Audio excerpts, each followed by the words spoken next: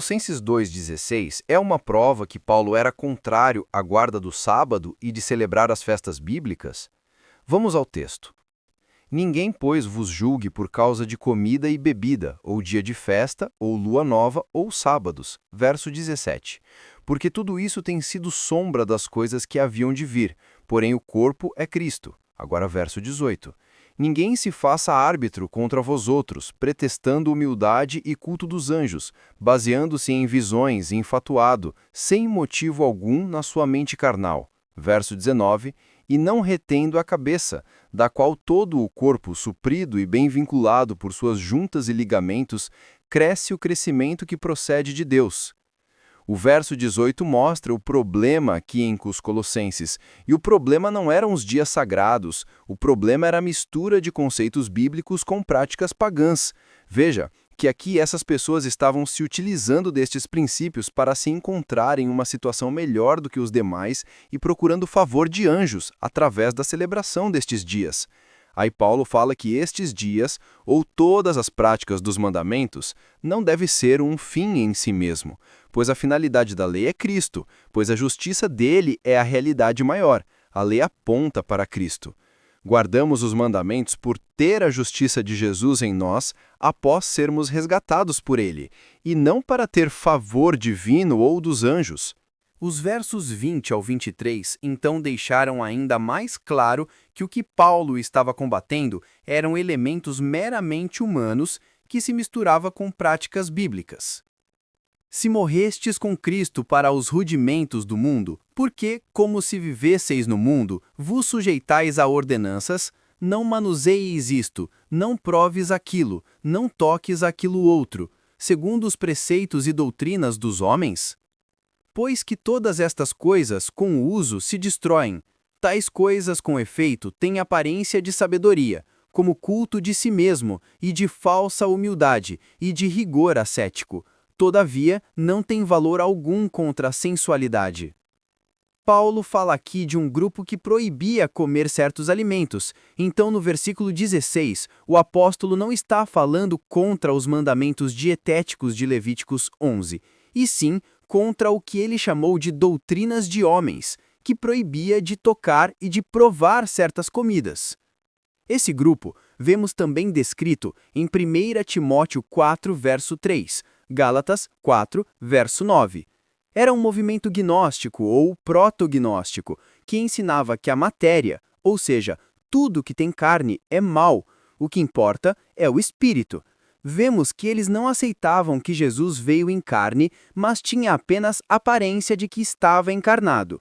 João, em sua segunda carta, no verso 7, também alerta contra esse grupo gnóstico. Vemos que mesmo depois de Paulo, nos séculos posteriores, as igrejas, mesmo sendo gentílicas, estavam observando, por exemplo, a festa da Páscoa, e ainda na mesma data dos judeus, e muitos guardavam o sábado bíblico. Só no quarto século que a igreja vai fazer concílios para oficializar a guarda do domingo, e a Páscoa ser comemorada sempre em um domingo, o que seria, segundo eles, a Páscoa cristã. Vemos que mesmo nesta situação, eles não estavam falando que não deviam guardar mais dia nenhum e que nem deveriam observar a Páscoa, conforme alguns na atualidade pregam ao usar esse texto da carta aos Colossenses. Embora alguns pais da igreja usassem esse texto para dizer que a lei foi abolida, isto porque existia entre eles a sede de se separar do judaísmo, mas como mostra Samuel Bacchiocchi, ainda era visto a guarda do sábado e a celebração da Páscoa na data judaica. Vejamos a citação do livro Sábado para o Domingo de Samuel. O historiador Eusébio proporciona um valioso dossiê de documentos com relação à controvérsia que irrompeu no segundo século, sobre a data da celebração da Páscoa. Havia, é claro, dois protagonistas da controvérsia. Por um lado, o bispo Vítor de Roma liderou o costume do domingo de Páscoa, isto é, a celebração da festa no domingo geralmente seguinte à data da Páscoa judaica, e ameaçou excomungar as comunidades cristãs recalcitrantes da província da Ásia que se recusavam a seguir suas instruções. Por outro lado, Polícrates, bispo de Éfeso e representante das igrejas da Ásia, fortemente advogou a data tradicional da Páscoa judaica de 14 de Nissan, comumente chamada Páscoa quarto-decimana. Polícrates, reivindicando possuir a genuína tradição apostólica transmitida a ele pelos apóstolos Felipe e João, recusou amedrontar-se em sua missão às ameaças de Vítor de Roma. Para concluir esta parte histórica, vamos a outra citação, desta vez de Oscar Scarsauni, em seu livro A Sombra do Templo, onde ele escreve sobre a festa de Pentecoste cristão, que também era observado na igreja após o primeiro século, com referência na contagem dos 50 dias para esta festa, segundo o prescrito no livro de Êxodo.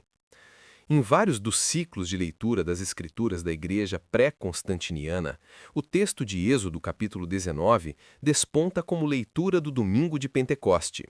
É muito pouco provável que esse costume proceda do NT. Antes, é testemunho da persistência de pontos de contato entre judeus e cristãos.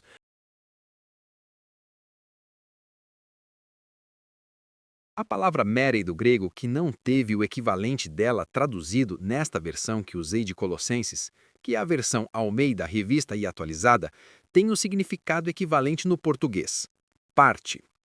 Mérei, ou meros, significa tanto parte de um todo, como uma porção ou pedaço, um lugar.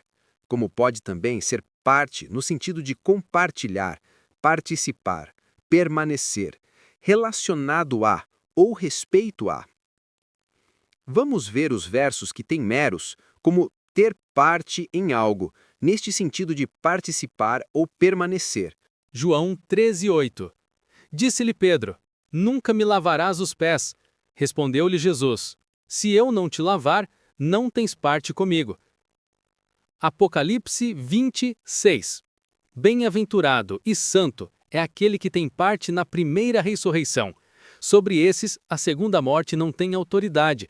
Pelo contrário, serão sacerdotes de Deus e de Cristo, e reinarão com ele os 1000 anos. Apocalipse 22:19. E se alguém tirar qualquer coisa das palavras do livro desta profecia, Deus tirará a sua parte da árvore da vida, da cidade santa e das coisas que se acham escritas neste livro. Portanto, para mim, a tradução seria: Ninguém, portanto, vos julgue na comida ou bebida, ou em permanecer na festa, ou lua nova ou sábados, já que o contexto aqui é que este grupo sectário estava se gloriando por sua forma pervertida de observar esses dias e condenando a forma de observar dos demais. Mas para Paulo, essa forma ascética era nada mais do que legalismo e falsa humildade, querendo aprovações de anjos.